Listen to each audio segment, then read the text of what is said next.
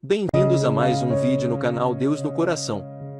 Que essa mensagem possa transformar a sua vida, que Deus lhe abençoe sempre, e jamais perca a fé em Deus, que o milagre irá acontecer. O Evangelho de hoje ressalta a importância da fé e da palavra bendita. É a história do soldado romano que estava com a filha doente e que pediu a ajuda de Jesus. Imediatamente ele se prontificou a ir ver a menina, mas o soldado disse que não era digno de tê-lo em sua casa, mas que bastava uma única palavra para que sua filha ficasse curada. O escritor sagrado faz referência ao poder curativo da fé, mas também da palavra. E nós o conhecemos bem, pois também já fomos curados por uma palavra. Um conselho, um encorajamento, um questionamento, e a vida retorna aos eixos. Os profetas, por exemplo, ferem nossos entendimentos com as palavras, e eles dilatam nossas consciências, cavam alicerces para uma mentalidade que nos permite uma nova leitura de nós e dos outros. Terapeutas formalizam o dom pedagógico que a palavra coordena. Os processos terapêuticos são técnicas científicas que instrumentalizam a palavra. É dizendo e ouvindo que despertamos as realidades inconscientes que nos oprimem. A palavra é a chave que permite acesso às dimensões obscuras que nos adoecem. E qual é a conexão que pode existir entre a fé e a palavra que pode gerar a cura? A fé nos predispõe para a ação curativa que a palavra realiza. Hoje, na oportunidade de utilizar essa ferramenta, optemos por fazer o mesmo que Jesus, que a nossa palavra provoque salvação por onde ela passar. O que dizemos e escrevemos por aí dão testemunho do que temos no coração. Esse é um dos pontos do rico evangelho de hoje, quando Jesus nos diz que a boca fala do que o coração está cheio. A palavra, nós sabemos, tem um enorme poder de edificar. Podemos com ela reacender esperanças, provocar reflexões que endireitam a conduta, curar o que está doente no outro, acalmar, apaziguar, semear entendimento e amor. Não é sem motivo que os processos terapêuticos são praticados a partir da palavra. Mas também sabemos que ela pode provocar morte, sofrimento. Podemos com ela caluniar, desmerecer, promover injustiça, ferir, legitimar a presença do mal no mundo. A observação de Jesus foi confirmada pelo que as ciências do comportamento sabem sobre nós. Ao usar a palavra para elevar e sarar os que nos escutam e leem, provocamos em nós o mesmo benefício e damos testemunho do que escolhemos cultivar. Ao passo que, quando usamos para humilhar, ofender, caluniar, promover o mal, expomos a pobreza do nosso mundo interior. Afinal, de acordo com Jesus, o que oferecemos ao outro é exatamente o que andamos oferecendo a nós mesmos. No Evangelho de hoje, Jesus nos fala sobre as impurezas que podem sair de nós. As palavras, por exemplo. Quando não alinhavadas ao nosso propósito de conversão, podemos transformá-las em fonte de calúnia, maldade, mentira, julgamento. Podemos ferir, humilhar, desmerecer. O que dizemos e escrevemos pode ser um instrumento de morte, consequentemente uma fonte de condenação para nós. Foi Jesus quem disse que também matamos com as palavras, mas também podemos fazer viver, fazer ser fonte de bênção, de correção fraterna, de reconciliação.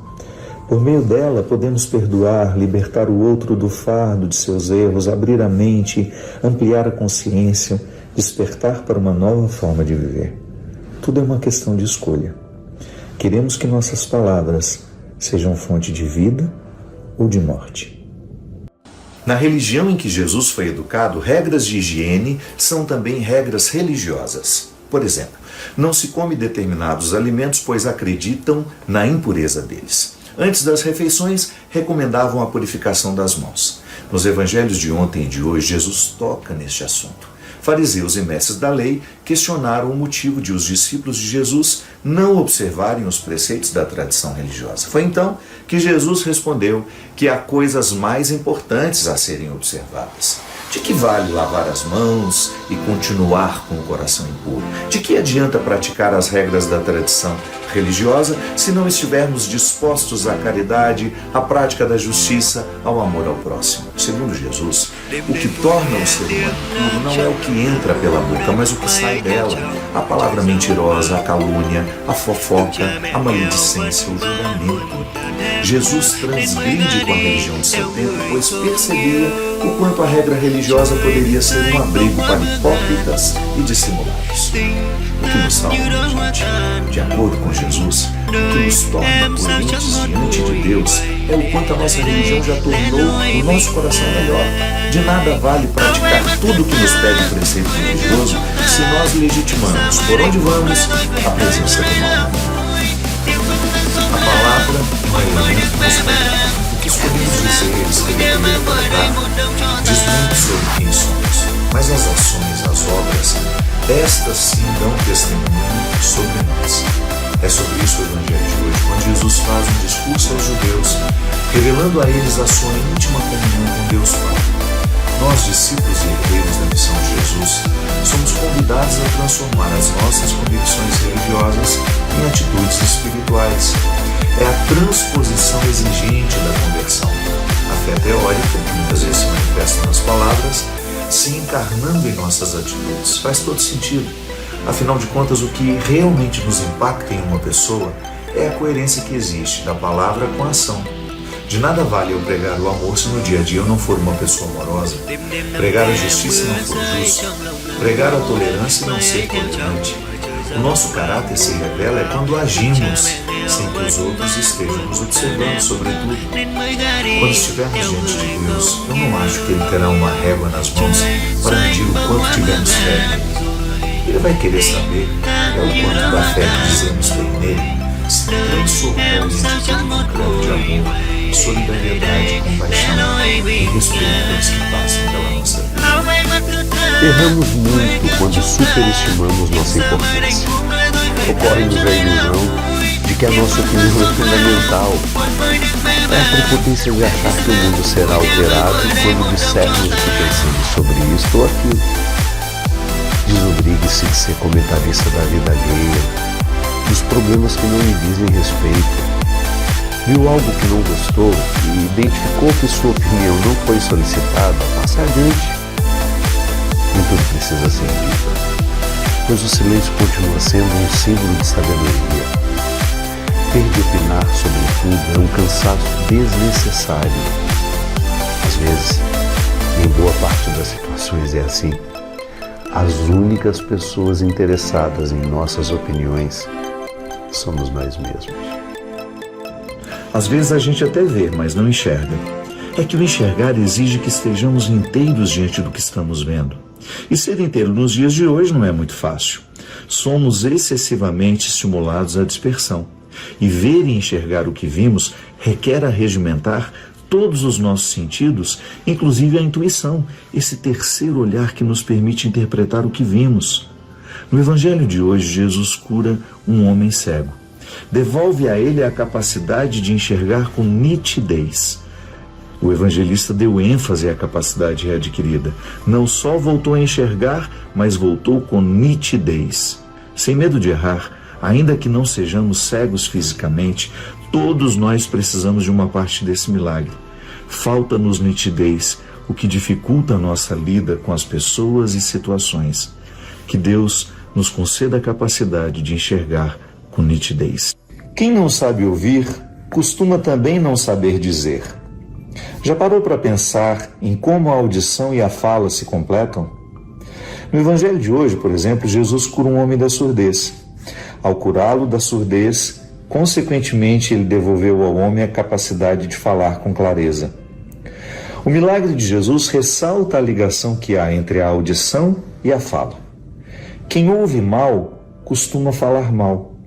E ouvir é um pouco mais do que decodificar o que o outro está dizendo. Ouvir é entender, e entender é entrar na tenda com o outro. Ouvir é um dom. É mais do que ter o recurso da audição, é ter disposição para o outro. Naturalmente, quando aprendemos a ouvir, melhoramos a qualidade do que dizemos, pois o ouvir gera fecundidade. traz assertividade às nossas palavras. Peçamos a Deus o dom de ouvir melhor. A palavra que pode mudar a nossa vida não é inédita, não é algo que nós nunca tenhamos ouvido antes. A diferença é quando ouvimos, como ouvimos. Depende da nossa disposição interior, da abertura que damos para ouvir aquilo que Deus precisa nos dizer. Isso que eu vou dizer agora é o óbvio do óbvio, mas pode ser que você esteja precisando ouvir isso hoje. Pode ser que o seu entendimento esteja pronto agora. Vamos lá. Escolha sempre a autenticidade. Ela fará a seleção natural dos que deverão ou não seguir ao seu lado. Recuse o fardo de querer agradar a todos. É perda de tempo. Buscar a unanimidade pode gerar escravidão. Bom mesmo é estar com os que não lhe imaginam, com os que escolheram conviver com a sua verdade. No mundo há bilhões de pessoas. Por que insistir em ficar ao lado de quem não valoriza a sua essência? A palavra cura. Você sabe que cura. Quantas vezes você já conseguiu expulsar um pensamento opressivo ou livrar-se de um sentimento sombrio através de uma palavra que você ouviu? Na sua passagem pelo mundo, Jesus se utilizou diversas vezes da força curativa da palavra. Ele libertava os oprimidos, acalmava os aflitos, realizava milagres e conversões com as palavras que dizia. No Evangelho de hoje, por exemplo, ele cura o servo de um oficial romano. Ao vê-lo aproximar-se, o oficial disse: "Eu não sou digno de que o Senhor entre em minha casa. Mas se disser uma única palavra, o meu servo será curado." E assim foi. Jesus curou o homem à distância, apenas proclamando a sua cura com uma palavra. Você sabia que o mesmo poder de Jesus também está em você? Utilize-o. Use a palavra bendita para curar-se, mas também para curar os outros. A palavra que você escolhe dizer, escrever por aqui ou no post de alguém, pode fazer o mundo ser um lugar melhor, mais curado. Existe uma diferença entre ver e enxergar. Já explico. Nem sempre nós vemos o que estamos enxergando. Tendemos a ter um olhar superficial, captando somente a aparência das realidades. É o empobrecimento da capacidade visual. Precisamos ver o que enxergamos. Ver é reunir mais elementos, é adentrar o coração de cada situação. No Evangelho de hoje, Jesus cura um homem cego. A cura é realizada a partir de duas etapas. Na primeira, o homem recebeu a primeira dimensão do olhar. Ele passou a enxergar.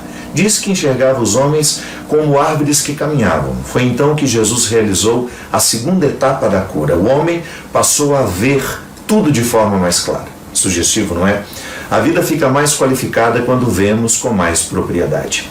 Há muitas formas de ampliar o olhar. A vida mística, a filosofia, o conhecimento, os relacionamentos frutíferos, mas também há muitas formas de reduzir o olhar. A mesmice, o preconceito, a ignorância, relacionamentos pobres. É uma questão de escolha. Que olhar queremos ter? Apenas uma sugestão. Escolha ampliar. Quem tem uma forma mais abrangente de ver, tende a ser mais feliz, pois passa a ter um olhar mais assertivo, capaz de ver e entender o que realmente importa.